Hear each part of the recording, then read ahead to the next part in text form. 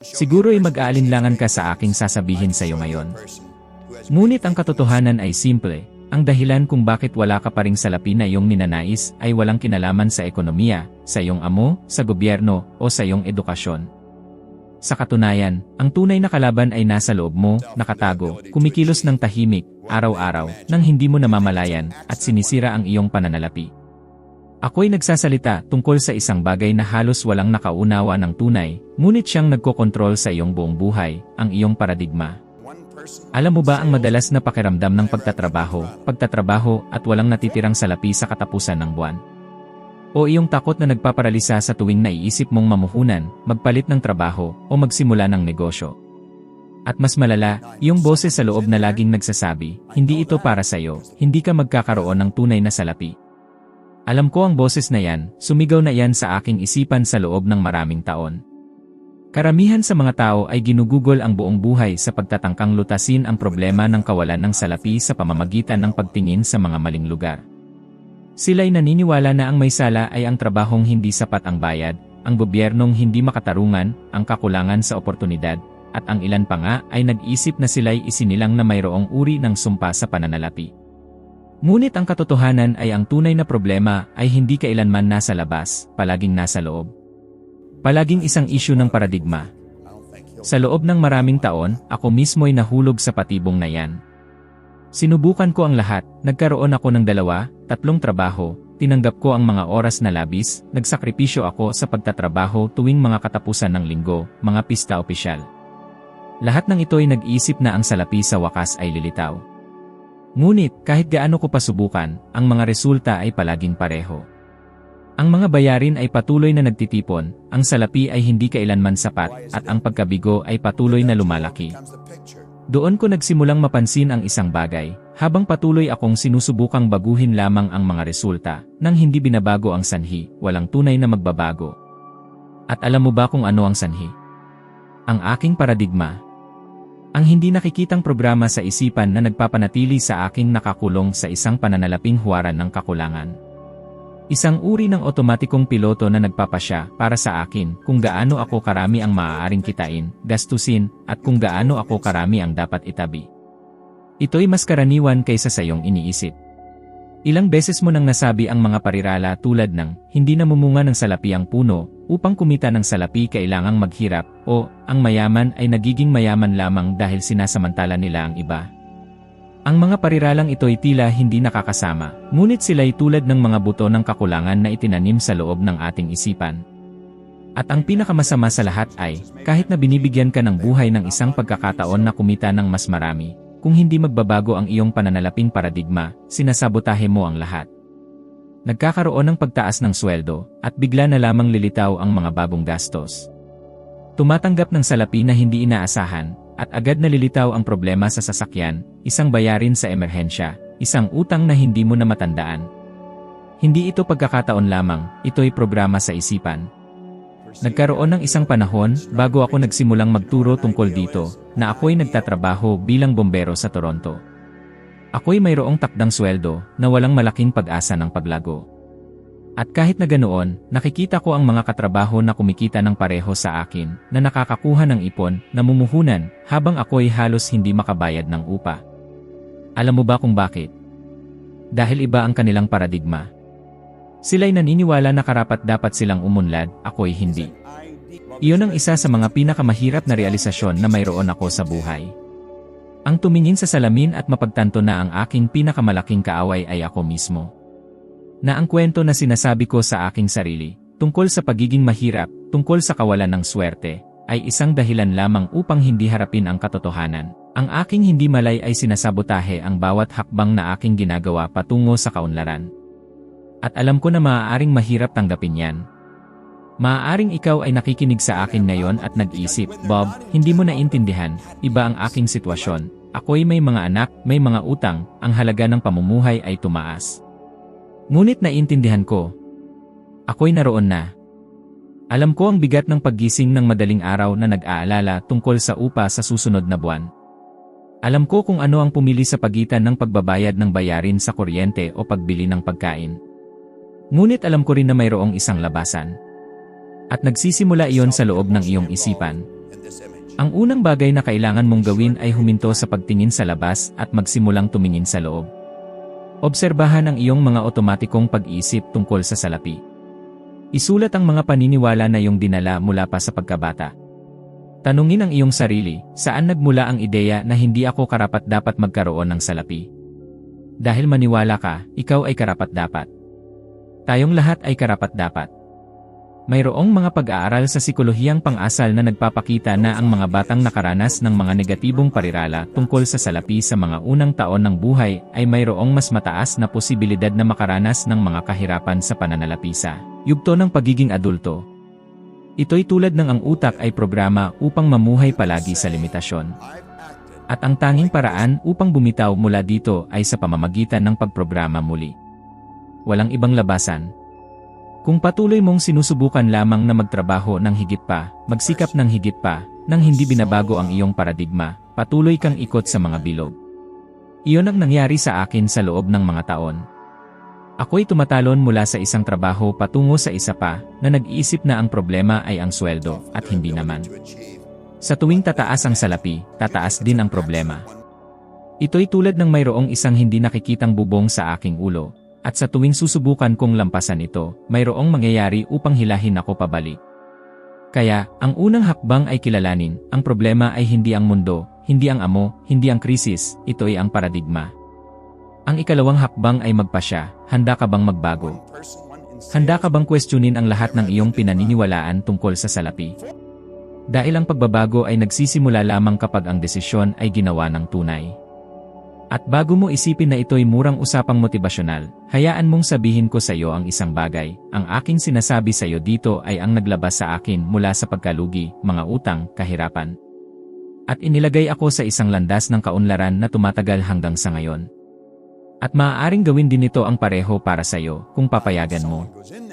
Naisip mo na ba kung bakit, kahit na alam mo kung ano ang kailangan mong gawin upang kumita ng mas maraming salapi, hindi mo basta-basta ginagawa? Bakit ka nag-aatubili na tanggapin ang alok ng trabaho na mas mahusay? Bakit mo ipinagpapaliban ang pagsisimula ng proyektong iyon na maaaring baguhin ang iyong buhay? O mas malala, bakit ikaw, sa tuwing tumatanggap ka ng ekstrang salapi, gumagawa ka ng paraan upang gastusin ang lahat na parang masusunog ang salapi sa iyong bulsa? Hindi ito kakulangan sa katalinuhan, ni kakayahan, mas lalong hindi katamaran. Ang nasa likod ng lahat ng ito ay isang bagay na mas malalim, hindi nakikita ng iyong mga mata, ngunit lubhang makapangyarihan, ang mga emosyon at paniniwala na nakaugat sa iyong hindi malay tungkol sa salapi. Gumugol ako ng mga taon upang maunawaan ito. Sa loob ng mahabang panahon, nakita ko ang aking sarili na inuulit ang mga huwaran na nagpapanatili sa aking basag. Kapag ako'y kumita ng kaunti pang labis, nakaramdam ako ng kakaiba, hindi komportable, na parang hindi iyon para sa akin. Ito'y tulad ng mayroong isang emosyonal na preno na nagpilit sa akin na bumalik sa parehong antas ng dati. At alam mo ba ang pinakanakapagtataka? Mayroong isang teknikal na pangalan para dito. Tinatawag ito ng mga psikologo na thermostat sa pananalapi. Isang konsepto na napatunayan sa mga pag-aaral ng neurosiyensya na nagpapakita na, tulad ng thermostat ng iyong tahanan na nagpapanatili ng temperatura sa loob ng isang tiyak na limitasyon, pinananatili ng iyong isipan ang iyong buhay pananalapi sa loob ng isang huwaran na itinuturing nitong ligtas at pamilyar. Kung susubukan mong kumita ng higit pa kaysa sa huwaran na iyon, lilikha ang iyong hindi malay ng mga sitwasyon upang hilahin ka pabalik. Ilang beses mo nang nakita ang isang tao na nanalo sa loterya at, pagkatapos ng ilang taon, mas malala pa ang kalagayan kaysa dati. Ito'y nangyari kay Michael Carroll sa United Kingdom. Nanalo siya ng katumbas ng 10 milyong real sa loterya, at sa loob ng wala pang 5 taon, nawala ang lahat. Mga party, mga padalos-dalos na pagbili, mga desisyon sa pananalapi na lubhang iresponsable, dahil ang kanyang paradigma, ang mental thermostat, ay programa sa kahirapan. At tingnan mo, dumaan din ako rito, ngunit sa ibang paraan. Nang ako'y magsimulang magbigay ng mga lektura at ang aking mga unang tseke na mas mataas ay nagsimulang dumating, hindi ko mapigilan ang salapi. Nakahanap ako ng dahilan upang gastusin ang lahat. Mayroong isang pagkakataon na tumanggap ako ng bayad na sa panahong iyon ay tila napakalaki para sa akin. At alam mo ba kung ano ang aking ginawa? Bumili ako ng isang ginamit na sasakyan na hindi ko naman kailangan, para lamang makaramdam ng mabuti sa loob ng ilang araw, at pagkatapos ay bumalik sa parehong paghihirap ng dati. Sa sandaling iyon, wala akong ideya na iyon ang aking hindi malay na sumisigaw, "Hoy Bob, bumalik ka sa iyong karaniwang antas, hindi ka pa handa para sa higit pa." At maaaring dumaranas ka rin nito. Maaaring sa tuwing lilitaw ang isang oportunidad na kumita ng higit pa, nagsisimula kang makaramdam ng isang kakaibang takot, isang pagkabalisa, isang pakiramdam na magkakamali, at sinasabotahe mo ang lahat. Ang hadlang na ito ay emosyonal. Nakaugat ito sa mga karanasan na iyong naranasan sa salapi mula pa sa pagkabata. Maaaring lumaki ka na naririnig ang iyong mga magulang na nag-aaway dahil sa mga bayarin. O narinig mo ang mga parirala tulad ng, "Marumi ang salapi, hindi maganda ang mga mayayamang tao, kung gusto mo ng salapi kailangang maghirap ng labis." Ang bawat isa sa mga pariralang iyon ay tulad ng isang laryo na bumubuo ng isang pader sa loob mo. Isang hindi nakikitang pader na pumipigil sa iyo na sumulong. At narito ang isang kawili-wiling datos, isang pag-aaral mula sa Universidad ng Cambridge ang nagtapos na hanggang sa edad na 7 taon karamihan sa mga paniniwala sa pananalapi ng isang tao ay nabuo na. Nangangahulugan ito na, ngayon, sinusubukan mong harapin ang salapi gamit ang mga konsepto na nilikha ng isang batang 7 taong gulang. Kaya, hindi sapat na basahin lamang ang mga libro sa pananalapi, manood ng mga video na motibasyonal, o gumawa ng mga kalkulasyon at spreadsheet. Habang hindi nagbabago ang iyong emosyonal na paradigma, maaaring lumitaw pa ang salapi, ngunit dadaloy ito sa iyong mga kamay na parang buhangin. Kaya, pakinggan mo ako, ang unang hakbang ay magkaroon ng kamalayan sa mga emosyon na iyon. Sa tuwing naiisip mo ang salapi at nakaramdam ka ng takot, pagkabalisa, o galit, huminto, huminga ng malalim, at tanungin ang iyong sarili, saan nagmula ito? Talaga bang totoo ito? O ito'y isang refleksyon lamang ng isang lumang paradigma na aking natutunan nang hindi ko namamalayan. Gumugol ako ng mga taon sa pagsasabotahe sa aking sarili, hanggang sa araw na ako'y nagpasyang harapin ito ng harapan. Nagsimula akong magsulat ng mga bagong pagpapatibay, na inuulit sa aking sarili araw-araw na ang salapi ay dumadaloy sa akin ng madali, na ako'y karapat-dapat sa kasaganaan. At na ako'y may kakayahang pamahalaan ang malalaking halaga ng may karunungan at balanse. At hindi naging madali sa simula, nakipaglaban ang aking hindi malay, ngunit sa pag-ulit at emosyon, nagsimulang magbago ang mga bagay. At iyon mismo ang kailangan mong simulan gawin ngayon. Hindi bukas, hindi sa susunod na linggo, ngayon. Dahil habang patuloy mong pinapakain ang takot, patuloy na tatakas sa iyo ang salapi.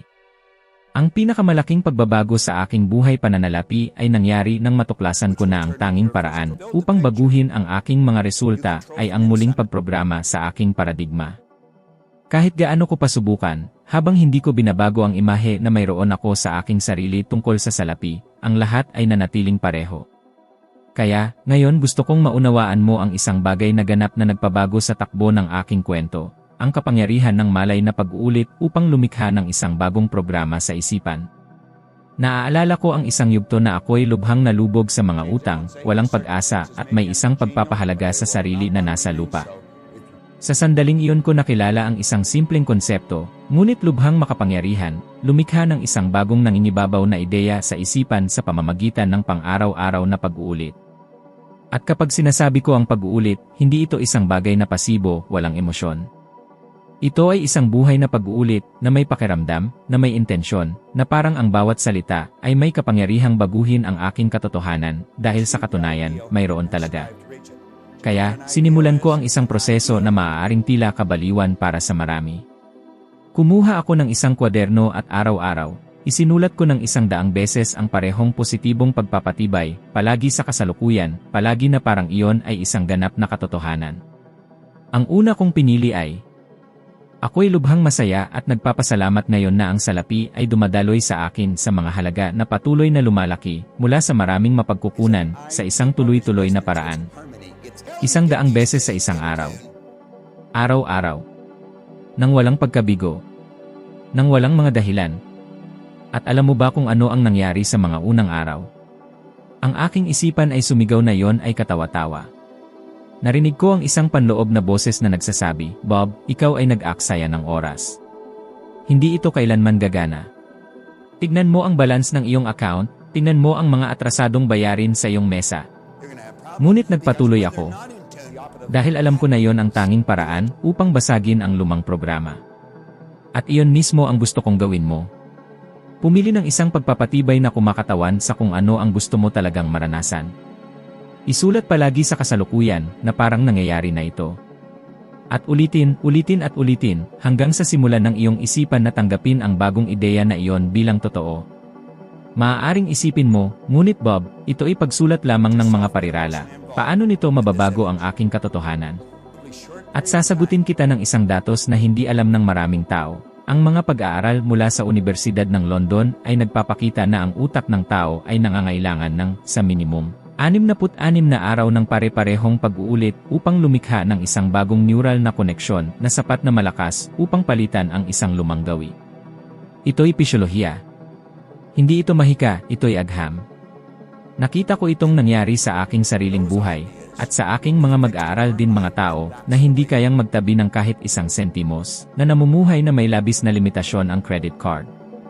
At pagkatapos nilang ilapat ang pamamaraang ito ng seryoso, nagsimula silang makaakit ng mga bagong oportunidad na magkaroon ng kalinawan sa mga desisyon sa pananalapi, at ang pinakamahalaga, nabaguhin ang kanilang sariling pag-ugali tungkol sa salapi. Naaalala ko ang isang kliyente na humingi ng tulong sa akin ng desperado. Siya'y may utang, may maruming pangalan, walang pag-asa. Nagsimula siyang isulat ang parehong pagpapatibay na aking ginamit, at sa mga unang linggo, tinawagan niya ako na nagsasabi na tila lumalala ang lahat. Hiniling ko sa kanya na magpatuloy, na magtiwala sa proseso.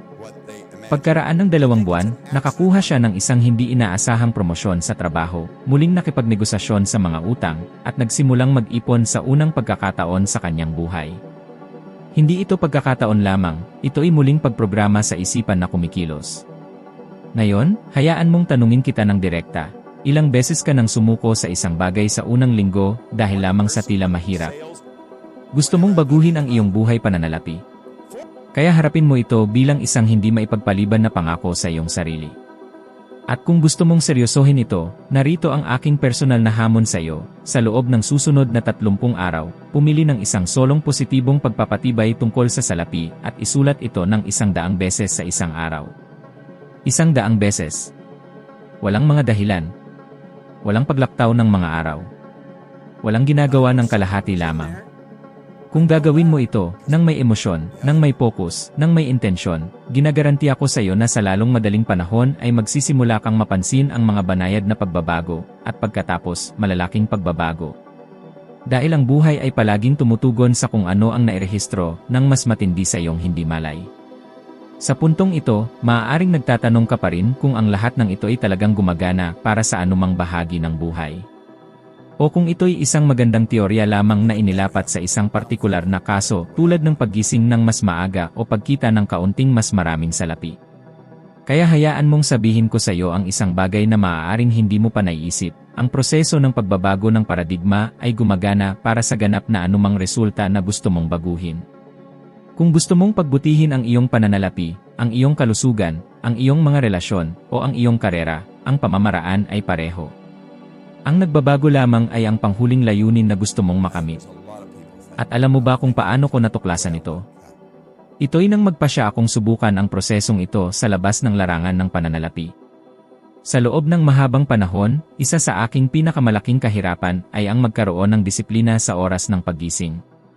Maaaring tila isang maliit na bagay, ngunit sa katunayan, nakaapekto ito sa aking buong pagiging produktibo, aking mga pangako, aking mga pagpupulong, at, dahil dito, aking mga kita. Palagi kong inilalagay ang alarm clock. At, nang hindi nag-iisip ng 2 beses, pinipindot ko ang pindutan ng snooze. Ito'y inuulit araw-araw. At, kahit na alam ko ang kahalagahan ng paggising ng maaga upang magkaroon ng isang mas produktibong araw, ang lumang gawi ay ganap na naghari sa akin. Kaya doon ko inilapat ang parehong pamamaraan na ginamit ko upang baguhin ang aking paradigma sa pananalapi. Pumili ako ng isang napaka-espesipikong pagpapatibay sa panahong kasalukuyan na parang iyon ay ang aking katotohanan. Ang parirala na isinulat ko ng 100 beses sa isang araw ay, ako'y lubhang masaya at nagpapasalamat ngayon na, sa sandaling ako'y gumising, bumabangon ako kaagad mula sa kama at sinisimulan ko ang aking araw ng may enerhiya. Sa mga unang araw, kinukutya ako ng aking intelekto. Naisip ko, Bob, napakabobo, ikaw ay may higit sa 40 taon na sa likod at narito ka na nagsusulat ng mga parirala ng bata. Ngunit nagpatuloy ako. Nagtiyaga ako. Pumunta ako hanggang sa dulo. At ang resulta? Sa loob ng ilang linggo, ang lumang gawin na pindutin ang pindutan ng snooze ay nawala. Ito'y automatiko. Ibinuka ko ang aking mga mata at bumangon. Nang walang negosasyon.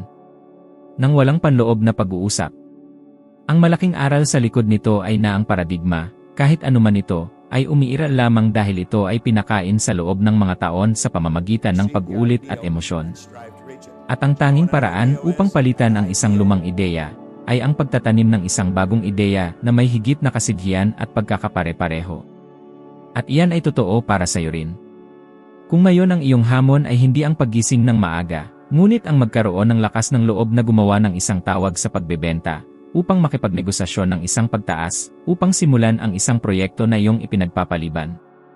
Ang pinagmulan ng problema ay pareho, isang lumang paradigma, lipas na kumukontrol sa iyo. At maaaring nagtatanong ka, ngunit Bob, bakit ako nakakaramdam ng labis na pagtutol na magbago, kahit na alam ko kung ano ang kailangan kong gawin? Ang sagot ay simple, ang iyong hindi malay ay napupuot sa mga pagbabago. Ito'y idinisenyo upang panatilihin ka sa isang lugar ng kaginhawahan, kahit na ang lugar na iyon ay isang lugar ng kakulangan, takot, at pagkabigo. Mayroong mga pag-aaral sa larangan ng neurosiyensya ng pag-ugali na nagpapakita na ang utak ng tao ay tumutugon sa mga pagbabago na may parehong antas ng stress na haharapin nito sa isang tunay na pisikal na banta. Iyon ang dahilan kung bakit nakakaramdam ka ng pagkabalisa, pagdududa, maging ng mabilis na tibok ng puso kapag naiisip mong gumawa ng isang bagay sa labas ng iyong karaniwang gawain. Ngunit narito ang lihim, kung ulitin mo ang bagong ideya ng sapat na beses, nang may emosyon, nang may kalinawan, nang may pagiging palagi, reconfigure ng iyong utak ang iyong huwaran ng pag-ugali. Hindi ito mahika. Ito'y biyolohiya. At alam ko na maaaring umaasa ka sa isang milagrosong solusyon, isang bagay na instant, na parang ito'y isang magic wand. Ngunit ang tunay na pagbabago ay nangyayari sa maliliit na pang-araw-araw na desisyon, na naipon ng may pagiging palagi. Kaya ngayon tinatanong kita, ilang beses mo pang hahayaan ang lumang paradigma na kontrolin ka? Ilang taon pa ng buhay ang iyong ibibigay sa programang ito na nagpapanatili lamang sa iyong nakakulong? Ano man ang resulta na gusto mong baguhin, ang daan ay pareho. Magsimula ngayon. Piliin ang bagong ideya na gusto mong itanim sa iyong isipan. Isulat, damhin, ulitin, hanggang sa ito ay maging mas malakas kaysa sa lumang kwento na iyong sinasabi sa iyong sarili. At para lamang tapusin, sinasabi nila na ang nagpasya na baguhin ang isang paradigma ngayon, madalas tumingin sa likod pagkaraan ng ilang buwan, at tanungin, bakit hindi ko ito sinimulan dati pa? Ang tunay na dahilan kung bakit wala ka pa ring salapi na iyong ninanais, ay hindi kailanman nasa labas, palaging nasa loob mo, at may pangalan, paradigma. Habang hindi mo binabago ang panloob na programang ito, ang mga resulta ay patuloy na magiging pareho. Kahit gaano ka pa lumaban, magsikap, o subukan ang mga bagong estratehiya. Ngayon na alam mo na ito, nagiging malinaw na mayroon kang kapangyarihan na kontrolin at lumikha ng isang bagong katotohanan sa pananalapi, na nagsisimula sa maliliit na aksyon na tila simple. Ngunit may isang napakalaking epekto sa mahabang panahon. At kung gusto mong magpatuloy na umakyat ng isang hakbang pa sa iyong ebolusyon ng karunungan, upang maging kahit 1% na mas mahusay kaysa sa iyong pagiging ngayon, alam mo na, ang susunod na video ay naroroon sa screen. Handa na upang dalhin ka ng mas malayo pa. Maraming salamat sa pagiging narito kasama ko ngayon, at naghihintay ako sa iyo sa susunod na video.